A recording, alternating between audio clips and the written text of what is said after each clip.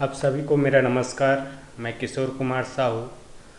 आप देख रहे हैं इंजीनियरिंग मैकेनिक्स के video series.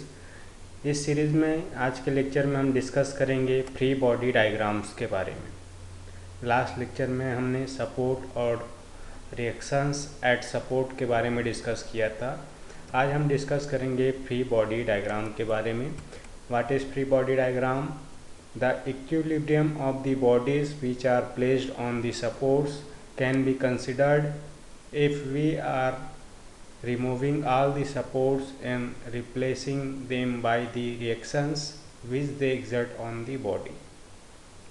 Finally, free body diagrams are diagrams used to show the relative magnitude and direction of all forces acting upon an object in a given situations. Free body diagram का मतलब क्या होता है?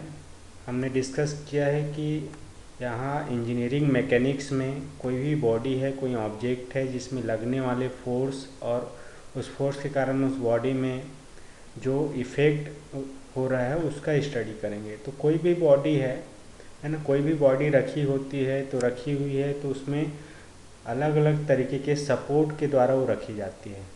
हमने last lecture में discuss किया थी कोई बॉडी रखी हुई मतलब उसमें कोई ना कोई सपोर्ट है, उसमें रोलर सपोर्ट है, हिंज सपोर्ट है या सिंपल सपोर्ट भी हो सकता है। ठीक है, तो उस बॉडी में कोई भी एक्सटर्नल फोर्स लग रहा है, बाह्य बल लग रहा है या खुद का वेट फोर्स उसमें एक्ट कर रहा है। तो एक्सटर्नल फोर्स लगने के कारण जितने भी सपोर्ट है वहाँ पे रिएक्शन फोर्स आता है। ये हमने लास्ट लेक्चर में डिस्कस किया था। तो फ्री बॉडी डायग्राम का मतलब क्या होता है? जिस बॉडी का हम एनालिसिस कर रहे हैं उस बॉडी में जितने भी सपोर्ट्स हैं उसको हम क्या करते हैं, रिमूव कर देते हैं। फ्री बॉडी का मतलब क्या है? फ्री बॉडी मतलब ऐसा बॉडी जिसमें कोई भी सपोर्ट ना हो किसी भी तरीके का। तो जिस बॉडी का हम एनालिसिस कर रहे हैं, है ना, उसके सारे सपोर्ट्स को हम क्या करते हैं, रिमूव कर देते हैं और उस सपोर्ट के जगह में क्या करते हैं, जो रिएक्शन एक्ट कर रहा है उस रिएक्शन फोर्स को शो किया जाता है। तो सारे सपोर्ट्स, किसी बॉडी के सारे सपोर्ट्स को रिमूव करके उस सपोर्ट के जगह पे हम क्या करेंगे, रिएक्शन फोर्स को रिप्रेजेंट करेंगे, ड्रॉ करेंगे। तो बॉडी का जो डायग्राम बनेगा वो कहलाएगा free body diagram. Free body diagram जब ड्रॉ करते हैं तो सारे सपोर्ट्स को रिमूव करते हैं, उसके जगह पे रिएक्शंस को शो किया जाता है। इसके साथ ही साथ उसमें जितने भी एक्सटर्नल फोर्स एक्ट कर रहे हैं उसको भी हम रिप्रेजेंट करते हैं। मतलब सारे फोर्सेस जो एक्ट कर रहे हैं बॉडी में उसको रिप्रेजेंट किया जाता है, तब वो फ्री बॉडी डायग्राम कहलाता है। जैसे कि आपके पास कोई इंक्लाइंड सरफेस है, मान लो इस तरीके से, है ना, एक ढलान है और इस ढलान पे क्या है, एक बॉक्स रखी हुई है। बॉक्स का कुछ मास होगा, मान लो m मास है ना। तो ये बॉक्स में किस तरीके के फोर्स एक्ट करेगा ये आपको देखना है। ठीक है, तो यहाँ पे हम बॉडी किसको ले रहे हैं, बॉक्स का। बॉक्स पे फोर्स के इफेक्ट के बारे में स्टडी कर रहे हैं, एनालाइज कर रहे हैं। तो बॉक्स में क्या क्या फोर्स लगेगा देख सकते हैं। एक तो इसका खुद का वेट है, जो मास है तो उसमें वेट होगा ही। वेट, किसी भी ऑब्जेक्ट का वेट जो है मास इंटू एक्सेलरेशन होता है। Weight is equal to mass into acceleration due to gravity, W is equal to mg होता है। तो ये हमेशा डाउनवर्ड एक्ट करता है। ठीक है, वैसे ही ये बॉक्स क्या है, इंक्लाइंड सरफेस पे रखी हुई है। तो यहाँ पे रखी हुई है मतलब सिंपल सपोर्ट है। सिंपल सपोर्ट है तो यहाँ पे एक ही वर्टिकल रिएक्शन एक्ट करेगा और ये जो कॉन्टैक्ट सरफेस है यहाँ पे इसके परपेंडिकुलर रिएक्शन हमेशा कॉन्टैक्ट सरफेस के परपेंडिकुलर, इसलिए ये लाइन ऑफ एक्शन जो है इस फोर्स का वो परपेंडिकुलर है और ये अपवर्ड है। ठीक है, ये रिएक्शन है इस बॉडी पे। ठीक है, मान लो ये बॉडी इस डायरेक्शन में मूव करने की कंडीशन में हो तो ऑब्वियस सी बात है कि इसमें इसके अपोजिट डायरेक्शन में फ्रिक्शन फोर्स भी काम करेगा। ठीक है, फ्रिक्शन फोर्स के बारे में एक अलग से चैप्टर है जिसमें हम डिस्कस करेंगे। तो ये तीन तरीके से फोर्स जो है इसमें एक्ट कर रहा है। तो इस बॉक्स का हम फ्री बॉडी डायग्राम ड्रॉ करें तो इस बॉक्स को मैंने अलग से ड्रॉ कर लिया है, ये आपको डायग्राम दिया हुआ है। अब इस हम फ्री बॉडी डायग्राम ड्रॉ कर रहे हैं तो केवल बॉक्स का फ्री बॉडी डायग्राम ड्रॉ करना है। किस ऑब्जेक्ट का ड्रॉ कर रहे हैं, बॉक्स का। ये बॉक्स मैंने बना लिया।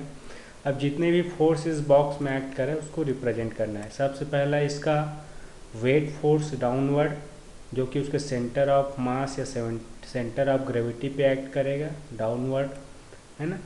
और ये जो इंक्लाइंड सरफेस पे रखा हुआ है, इसलिए ये जो वेट होगा वो इसके नॉर्मल जो लाइन है उससे कुछ एंगल पे होगा। और ये कितना एंगल पे होता है, जितना इंक्लाइन सरफेस का एंगल हॉरिजॉन्टल से होगा उतना ही एंगल पे होगा नॉर्मल से। ठीक है, अब ये नॉर्मल फोर्स या रिएक्शन फोर्स बोल सकते हैं, ये रिएक्शन फोर्स है ना। बॉडी सिंपल सपोर्ट पे रखी हुई है तो सपोर्ट है, तो ऑब्वियस सी बात है रिएक्शन आएगा अपवर्ड। और ये कॉन्टेक्ट सरफेस के परपेंडिकुलर आ रहा है रिएक्शन, और इसमें फ्रिक्शन फोर्स। तो इस तरीके से 3 फोर्स जो है इस बॉक्स पे ऐड कर रहा है। तो हमने रिएक्शन सपोर्ट को हटा दिया, इंक्लाइन सरफेस को हटा दिया जो सपोर्ट है, और इस केवल बॉक्स को हमने ड्रॉ किया और उसके लगने वाले सारे फोर्स को हमने ड्रॉ किया। तो ये कहलाएगा फ्री बॉडी डायग्राम। क्लियर है फ्री बॉडी डायग्राम। कुछ एग्जाम्पल से और समझते हैं। एग्जाम्पल नंबर 1 है, मान लो ऐसे दीवार पे और एक सीढ़ी है, और सीढ़ी की लंबाई 3 मीटर दी हुई है ना। ए पॉइंट पे नीचे अर्थ लेवल पे कांटेक्ट है, बी पॉइंट पे ऊपर दीवार पे ये कांटेक्ट है। ठीक है, और ये जो अर्थ लेवल से या फ्लोर से कितना डिग्री इंक्लाइन है, थीटा डिग्री। इसमें एक आदमी चढ़ा हुआ है, आदमी का सेंटर ऑफ ग्रेविटी आपको दिया हुआ है जी। सेंटर ऑफ ग्रेविटी का मतलब ये है कि किसी भी वेट या बॉडी का सेंटर ऑफ ग्रेविटी का मतलब ये है कि उसी पॉइंट पे उसका वेट जो है एक्ट करेगा। ठीक है, इसलिए इस पर्सन का सेंटर ऑफ ग्रेविटी दे दिया है ओ से 0.9 मीटर के डिस्टेंस पे। वैसे ही इस सीढ़ी का भी कुछ वेट होगा, उसका भी सेंटर ग्रेविटी होगा जो 3 मीटर के बीचों बीच यहाँ पे होगा। ठीक है, अब ये जैसे ही आदमी यहाँ पे खड़ा हुआ है तो ऑब्वियस सी बात है सीढ़ी क्या करता है, फ्लोर पे ए पॉइंट पे राइट डायरेक्शन में खिसकने की कोशिश करेगा। वैसे ही बी पॉइंट दीवार पे ये डाउनवर्ड खिसकने की कोशिश करेगा, है ना। खिसकने की कोशिश करता है लेकिन वो खिसक नहीं रहा है, कोई ना कोई अपोजिट फोर्स है जिसको रोक के रखा हुआ है। तो यहाँ पे जो फोर्स काम करेगा वो एक फ्रिक्शन फोर्स होगा जो इस सीढ़ी को खिसकने से रोकेगा। अगर चिकनी सतह है तो खिसल जाएगा, खुरदुरी सतह है तो नहीं खिसलेगा, है ना। खुरदुरी सतह का मतलब ये है कि वहाँ पे फ्रिक्शन ज़्यादा होगा, चिकनी सतह मतलब चिकना है, फ्रिक्शन कम होगा, घर्षण कम होगा तो फिसल जाएगा। तो एक फ्रिक्शन फोर्स यहाँ पे काम करेगा। तो इस सीढ़ी यहाँ पे जो भी डायग्राम दिया है, यहाँ पे किसका फ्री बॉडी डायग्राम ड्रॉ करें। तो हम मान लेते हैं सीढ़ी एक बॉडी है जिसका हमें फ्री बॉडी डायग्राम ड्रॉ करना है। तो सबसे पहले हमने क्या किया, एक सीढ़ी ड्रॉ कर लिया जो हॉरिजॉन्टल फ्लोर से ओ ए से थीटा डिग्री इंक्लाइन है। ठीक है, यहाँ से ये थीटा डिग्री इंक्लाइन है। तो इस सीढ़ी में कितना फोर्स ऐड करेगा, सबसे पहले तो इस सीढ़ी का वेट होगा, खुद का वेट है, weight of ladder downward act करेगा WL। और ये 3 मीटर की लंबाई है सीढ़ी की, उसके बीचों बीच 1.5 मीटर पे ये डाउनवर्ड एक्ट करेगा। वैसे ही यहाँ पे एक आदमी चढ़ा हुआ है तो उसका वेट है, वेट फोर्स एक्ट करेगा इस सीढ़ी पे। और ये आप O से 0.9 मीटर के डिस्टेंस पे आप देखेंगे तो ये W weight of man WM downward act करेगा। ये 2 फोर्स है, वेट फोर्स एक्ट कर रहा है सीढ़ी पे। अब आगे डिस्कस करते हैं कि यहाँ पे सीढ़ी में किस तरीके का सपोर्ट है। देखिए दीवार में B पे और फ्लोर पे A पे तो सिंपली रखा हुआ है सीढ़ी, तो यहाँ पे सिंपल सपोर्ट है, और सिंपल सपोर्ट है तो कितने रिएक्शन आएंगे, 2 रिएक्शन आते हैं। सिंपल सपोर्ट है, एक रिएक्शन A पॉइंट पे आएगा, दूसरा रिएक्शन B पॉइंट पे। तो यहाँ पे देखिए ये सीढ़ी रखी हुई है तो कॉन्टेक्ट सरफेस के परपेंडिकुलर अपवर्ड डायरेक्शन में ये रिएक्शन एट पॉइंट A आएगा। डाउनवर्ड एक्शन हो रहा है तो अपवर्ड रिएक्शन होगा, RA अपवर्ड A पॉइंट पे रिएक्शन। वैसे ही पॉइंट B पे सिंपल सपोर्ट है तो एक ही रिएक्शन आएगा। ठीक है, तो ये RB इस तरफ एक्शन दीवार को अंदर दबाने की कोशिश करे तो अभी इसी बात है उसके अपोजिट ये रिएक्शन फोर्स RB एक्ट करेगा। ये हो गया। अब ये सीढ़ी क्या करेगा, देखिए फ्लोर पे इस डायरेक्शन में खिसकने की कोशिश करेगा तो इसको रोकने के लिए यहाँ पे फ्रिक्शन फोर्स काम करेगा। पॉइंट A पे फ्रिक्शन फोर्स राइट तरफ खिसकने की कोशिश कर रहा है, इसलिए उसके जस्ट अपोजिट FA एक्ट करेगा पॉइंट A पे, friction force at point A on ladder. वैसे ही पॉइंट बी पे डाउनवर्ड खिसकने की कोशिश करेगा, तो डाउनवर्ड खिसक रहे तो अपवर्ड की तरफ कोई फोर्स काम करेगा, यहाँ पे होगा फ्रिक्शन फोर्स एफ बी, जो उसको खिसकने से रोकेगा। तो इस तरीके से सारे ये फोर्स जो इस लैडर पे एक्ट करेंगे।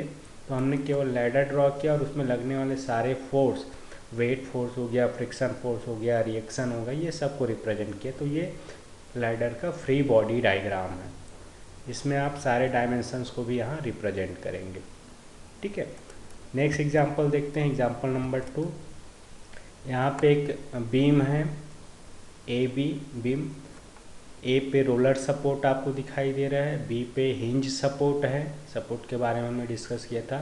इसमें पॉइंट ए से L1 डिस्टेंस पे F1 external force downward act कर रहा है। वैसे ही F1 से L2 डिस्टेंस पे एक फोर्स F2 एक्ट कर रहा है, लेकिन वो हॉरिजॉन्टल से 15 डिग्री इंक्लाइंड है, डाउनवर्ड एक्ट कर रहा है।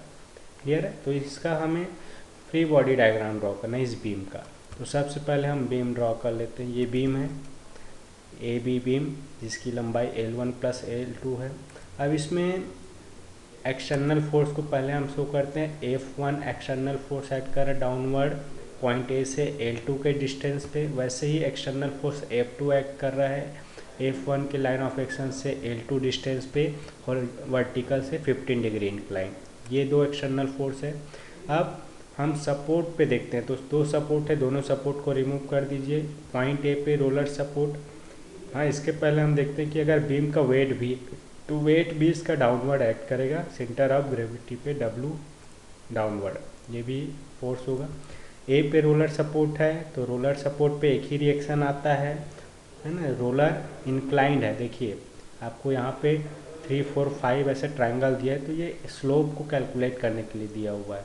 तो ये इसके इंक्लाइंड है, तो ये जिधर रोलर है उसके क्या होगा, पैरेलल ये जो फोर्स है आर ए एक्ट करेगा, है ना, कॉन्टेक्ट सरफेस के परपेंडिकुलर ये आर ए जो है एक्ट करेगा। तो आर ए क्या है, रोलर सपोर्ट पे एक ही रिएक्शन आता है रोलर सपोर्ट पे, है ना। वैसे ही बी पे हिंज सपोर्ट है, तो यहाँ पे हिंज सपोर्ट है, तो दो रिएक्शंस आएंगे। एक vertical reaction F B Y upward direction में, क्योंकि सभी फोर्स डाउनवर्ड है।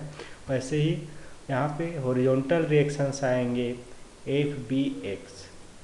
ठीक है, ये हॉरिजॉन्टल और वर्टिकल रिएक्शंस का जो डायरेक्शन है एक्सटर्नल फोर्स पे डिपेंड करता है ना। इसलिए इसका डायरेक्शन हम अपने हिसाब से देख सकते हैं। जब कैलकुलेशन करते हैं तो वैल्यू पॉजिटिव और निगेटिव आते थे वो उसके हिसाब से, लेकिन एक्सटर्नल फोर्स किस तरफ लग रहा है उसके अपोजिट आपको ये डायरेक्शन देना है। जैसे सारे फोर्स डाउनवर्ड है ना, तो जो अब वर्टिकल रिएक्शन है ऑब्वियस सी बात है अपवर्ड डायरेक्शन में होगा, है ना, इस तरीके से। तो यहाँ पे पॉइंट बी पे क्या होगा, दो रिएक्शंस आएंगे, एक vertical reaction F B Y और एक horizontal reaction F B X. तो इस तरीके से ये बीम का फ्री बॉडी डायग्राम हो जाएगा। इसमें आप सारे डायमेंशंस को भी शो करेंगे, L1 L2, है ना, ये सारी एंगल कितना है कहाँ पे, ये सारी चीज़ें आपको रिप्रेजेंट करना है। एग्जाम्पल 3 देखते हैं। देखिए कि इंक्लाइंड सरफेस है जिसमें एक मास M1 रखा हुआ है, यहाँ पे पुल्ली भी है और उस पुल्ली में M1 और M2 मास को एक थ्रेड या धागे की सहायता से जोड़ा गया है। ठीक है, तो M1 और M2 क्या है, एक स्टेशनरी पोजीशन है, स्टैटिक पोजीशन पे मान लो कोई मूवमेंट नहीं हो रहा है।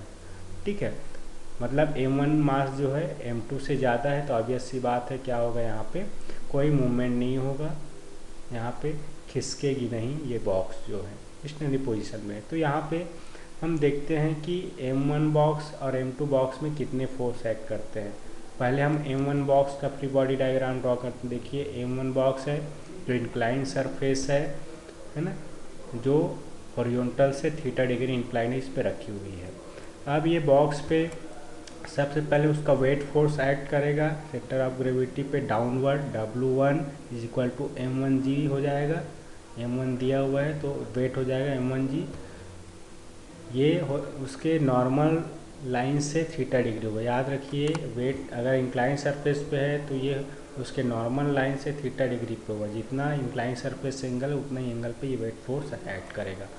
अब ये यहाँ बॉक्स और सरफेस में क्या है, सिंपल सपोर्ट है, सरफेस रखा हुआ है, सरफेस के ऊपर बॉक्स रखा हुआ है M1, तो सिंपल सपोर्ट है, तो सिंपल सपोर्ट है, एक ही रिएक्शन आएगा कॉन्टैक्ट सरफेस के परपेंडिकुलर अपवर्ड डायरेक्शन में। ये रिएक्शन एट पॉइंट, ये कॉन्टैक्ट पॉइंट है M1 के लिए, ठीक है।